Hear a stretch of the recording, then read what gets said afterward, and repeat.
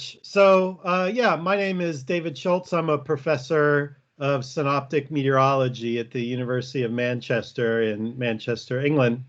And this is a project that I was brought on um, as a meteorologist to help them interpret their analysis and collect the data and make sure that everything was going to be all right from that perspective. And so if we want to get to the reason why this project was started, we know from a number of studies that, and of course, anecdotal evidence, that a lot of people believe that their chronic pain and, arthritis, migraines, other kinds of painful diseases fluctuates with on a daily basis with the weather. And when these patients would often go to their doctors would dismiss the claim, throw cold water on it. And in some sense, the doctors were just reflecting the scientific consensus. And that is, you can look at a number of articles that have been published on this, and you can get a variety of answers, and you can pick and choose whatever really you want. And so this work was in part motivated by a review article that we published. We looked at 43 different scientific articles that have been published on chronic musculoskeletal pain and the relationship between that and the weather. And 2/3 of them found at least one self-reported. The article itself reported there was a relationship between a weather variable and pain. Of course, you have to suspect that there's a positive publication bias there. If you found no results or negative results, you may not publish those results. But even among those studies that were reporting relationships, many of them were saying, well, we found a relationship, but it's not clinically significant, or it would make a minimal contribution to pain. So, and then these results were even contradictory. Some people were reporting that cold was associated with more pain, and then others were saying that, warmth was associated with more pain. And if we pick something like pressure, where we can be sure that, the pressure inside a building is the same that's outside the building, of the 38 studies that reported, that studied pressure, 20 of them reported no link between pressure and the pain. 11 reported that high pressure or pressure that was increasing as a function of time were associated with higher pain. And then 7 reported that it was low pressure or decreasing pressure that was associated with higher pain.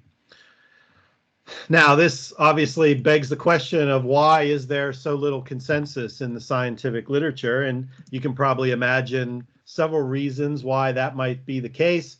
Obviously, small sample sizes is a big one. This is a plot of the cases that we studied in that review as a function of how long data was collected for on the x-axis versus the number of people, participants in the study on the y-axis. And you can see you can either get a lot of people for a very short time, or you can get a long time with not a lot of people. And so that's certainly the biggest problem that these studies faced. But there were other factors that were limiting the ability to generate consensus. Certainly, you can say when these studies were only lasting a few days or a few weeks, are these patients really exposed to the full range of weather conditions over the course of the year that that one would expect pain to fluctuate on? Certainly, we all admit that weather isn't the primary thing that drives people's pain. And so you have to take out the other confounding variables like people's mood and physical activity that we know have a much stronger relationship with pain. And so many of these studies didn't factor that into consideration. Of course, if people are infirmed in the hospital, not getting outside, then you can certainly ask the question of whether things like temperature, wind speed, and humidity in a controlled environment in a hospital are even representative of the outside conditions. And of course, some of these studies, I think, ran the risk of p hacking. They performed so many different correlations and regressions.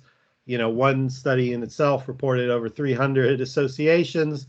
They were bound to find some relationship among some of these variables that may simply be due to just random chance. So there was problems there. But of course, the bigger question is what really is the physical link between weather and pain? If we knew that, then we could think about interventions or therapies in the future. We could give people individual pain forecasts and say, well, based on your conditions, based on the weather forecast, here are the days that you might experience more pain. And if this is the kind of pain that would prevent you from going to work or doing chores, maybe you can rethink about rescheduling those activities for other days. Now, this gentleman here, Will Dixon, he's the man that approached me and said, would you like to be part of this study? He's a professor at Manchester, but he also wears a different hat. He's a clinician at a local hospital. And during his days in the clinic, patients would come to him and explain to him, that they felt that the weather was associated with their pain. And so he's a professor of digital epidemiology and with a focus on mobile health. How can we collect information about people through mobile apps, through wearable devices, so that we can get information about the status of their health when they're not reporting to the clinic, when they're not coming to the hospital. Filling in those missing gaps is crucial to understanding people's health and how to improve it. So he came up with the idea of Cloudy with a Chance of Pain, where we take this app, where people enter information about their symptoms, about their behavior, about their well-being, and connect that with the GPS chip in the phone to get their location. And then once we know the location, we can tie it to the closest weather observing station. And our goal was to collect the largest in terms of number, but also the longest data collection effort so that we could be in the upper right part of that chart and overcome the problems of small sample sizes.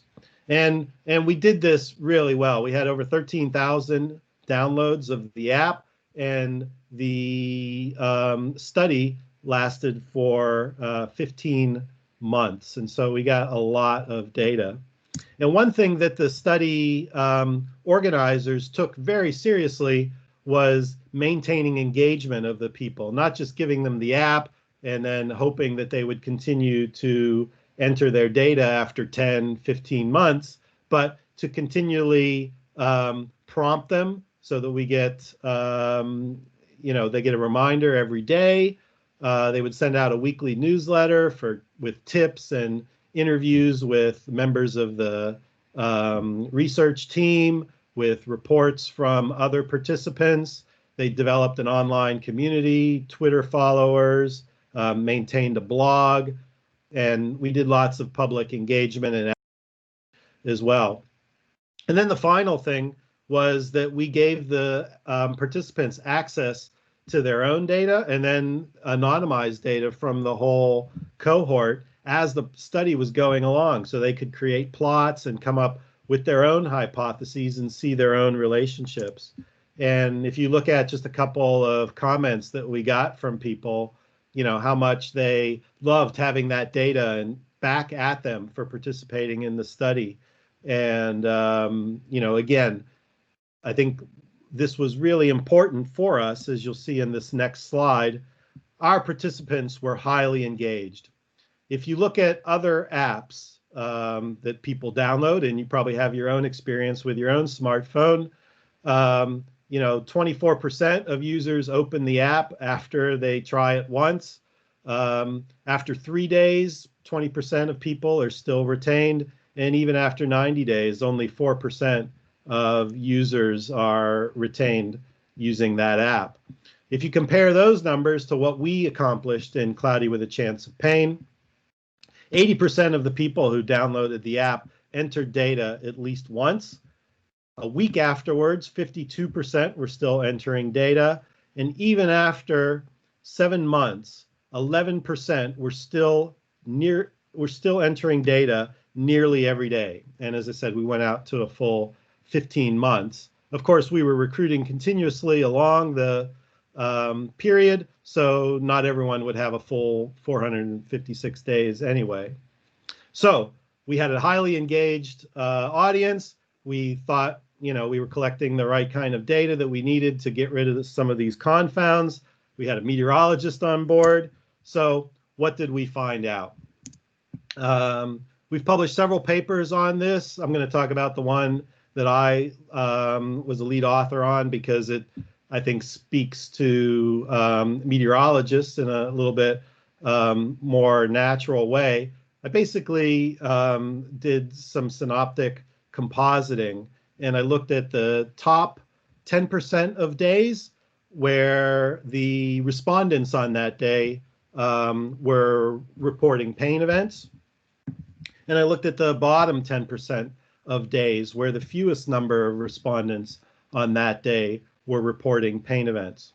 And we define a pain event as a 1 or more category increase on a scale of 1 to 5. So for instance, every day someone would enter their pain, 1 meaning, very little pain, 5 being severe.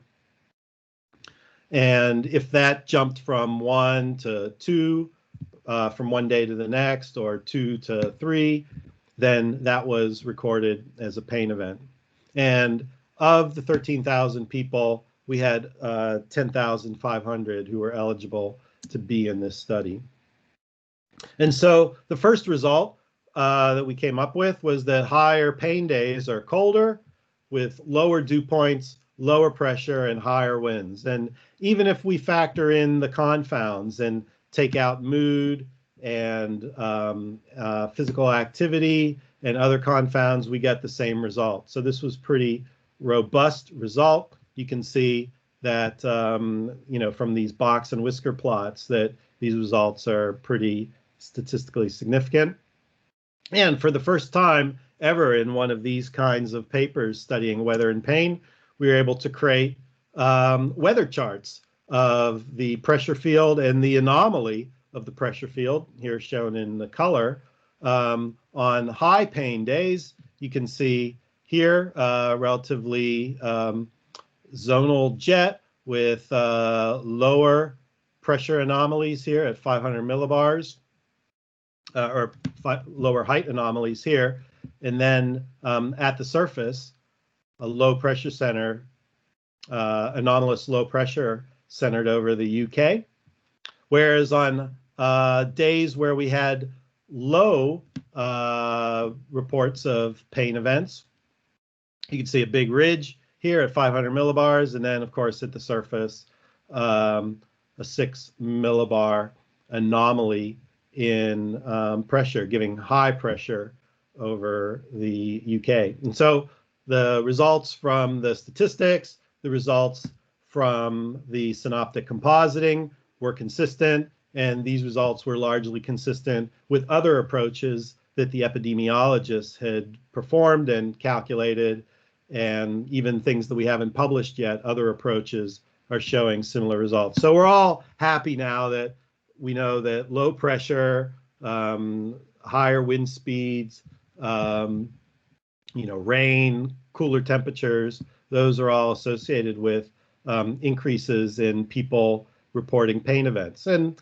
anecdotally, that's what people, confirmed to us. The majority of people in our survey, in our study, when we asked them, what kind of weather do you think is associated with your pain? These were people who were reporting, the lower pressure and the weather associated with that. Now, with my study, but other studies as well, we made a big effort to get the word out. We had obviously from our university. The Washington Post was doing an article on weather and pain at the same time that our study was coming out, and I got to be on Weather Geeks podcast as well.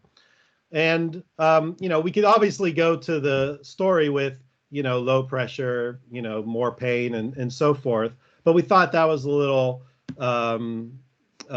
cliche, and so we wanted to say, look, this just isn't confirming what people are already anecdotally saying, but this is the largest study to date. We have the greatest confidence in results. We took, real care in designing the app. We collected all kinds of information, that go well beyond just the weather information, and, confirms this anecdotal evidence so that people who suffer from pain can go to their doctors in confidence and say, look, this study really lays this out, in a way that perhaps we haven't seen before. Of course, despite our efforts to get that word out, we still had people, who were pooping all over the ideas. Everyone already knew this. What a waste of money, and so forth. And so, but we had a lot of people also defending this, and again, coming to the anecdotal evidence that hey, look, I go to the doctors and I'm dismissed when I report this pain. So people in our study, that we've maintained contact with through our networks, through our newsletters, we can't say enough thanks to them for their dedication, for sticking through for many months of entering data every day. So to kind of summarize my talk,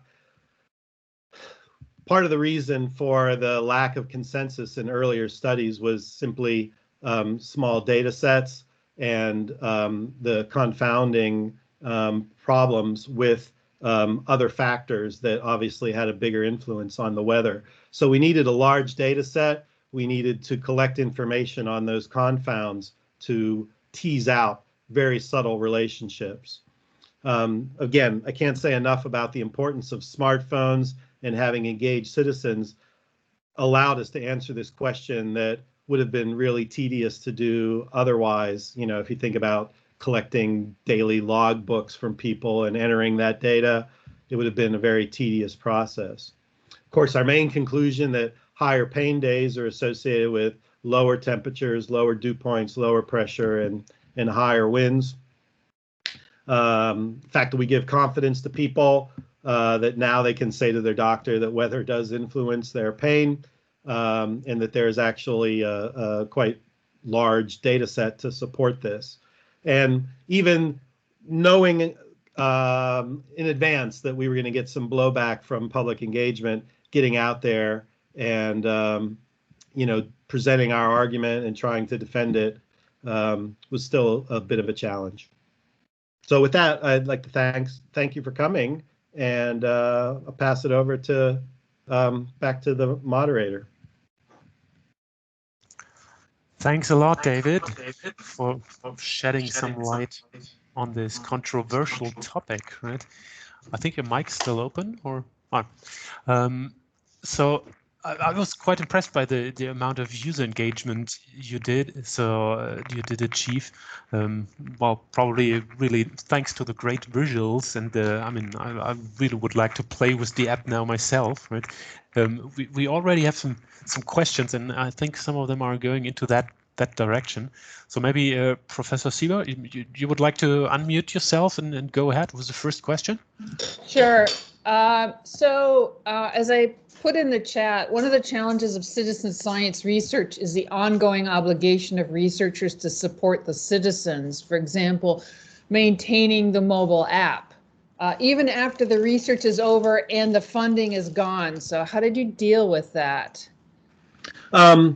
Because of confidentiality issues, we the app was outsourced to this company HIWeather. I mean, it's their app, and so the app is still going. It's people are still able to enter data and create the plots and everything. It's just from what do they call it? The institutional review boards, requires us to not collect data, for an infinite amount of time. So we collected the data for a finite amount of time, and but people can still use the app and for their own purposes.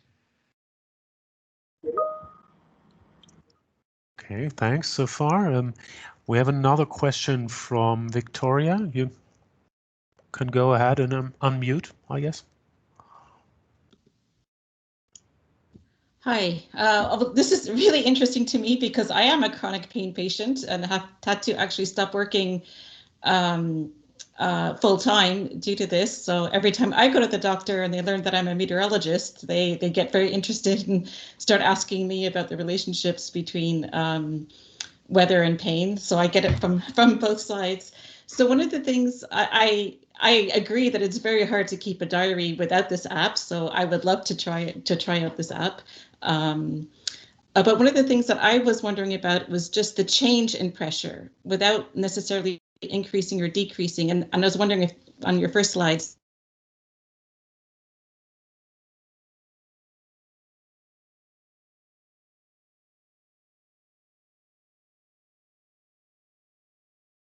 body and pressure and atmospheric pressure is a fluid. So I've often wondered whether it's just the change by itself without necessarily the rest of the change in pressure obviously entrains a lot of other meteorological conditions with it. But in terms of the mechanism that could cause things like migraines and arthritis and other pains like that, whether the change in pressure could in itself be something worth investigating as a mechanism that could influence physiology. That's obviously the next step, is to say, among all these different patterns that we see, what's the link physiologically? If you ask my opinion, I have my thoughts, but I'll hold off on that until we're able to get at the underlying statistics. But we don't have any plans at this point to take the next step and link it to the physiology. But I agree with you that pressure and pressure changes, certainly the links with the sacs and the joints and that, makes a lot of sense. We have another question from Brian Golding. Maybe you can unmute yourself and present the question. Yeah, hi David. Hi Brian. It struck me that in the winter in the UK we typically get cold weather when we have high pressure, and we typically get mild winter weather when we have low pressure, and your results are cutting across those. So do you get a feel for which one dominates? Is it the high pressure or the high temperature that dominates? We actually did that in the other study that the epidemiologists looked at. They looked at, what's called the odds ratio.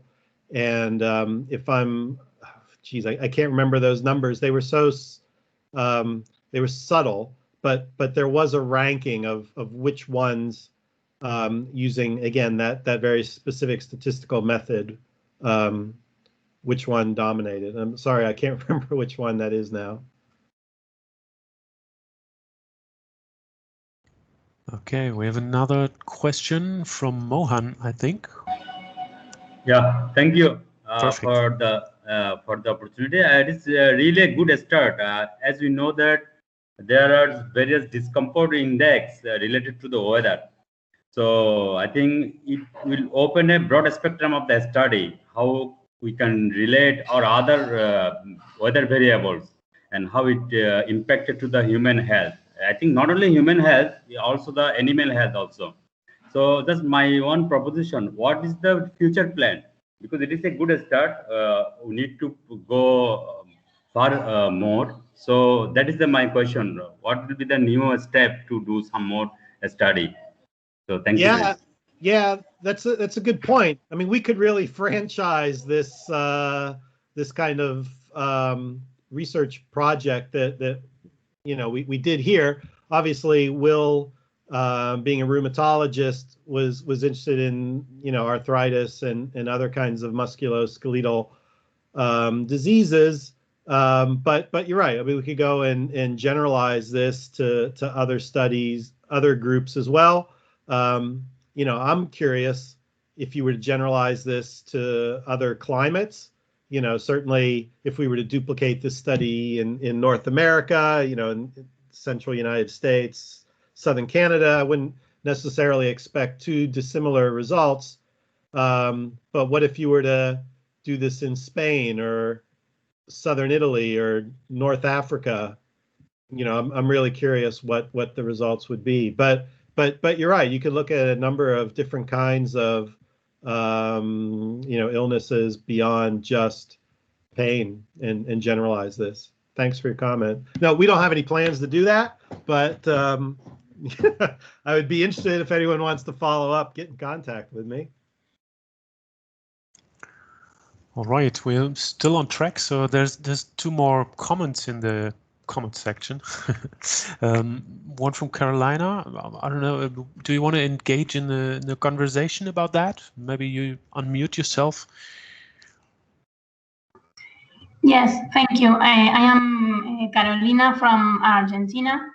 Thank you very, very much for this presentation. I found it really very, very interesting. And I wanted to comment that at least here in my country, there is believe that high relative humidity values are linked with more pain. So I was surprised when you found anything related to relative humidity. There is that. I don't remember. There you are showing there are some graphs. So I wanted to comment that very much. Yeah, thanks. Yeah, it's interesting. In this analysis, it was the dew point that was significant and the relative humidity that was not. If you go to the other study done by the epidemiologists, it was high relative humidity that came out of their study. One of the issues is that the type of analysis that they were doing required a very consistent set of people entering data. And so the total number of participants in their data set was only around 2,000.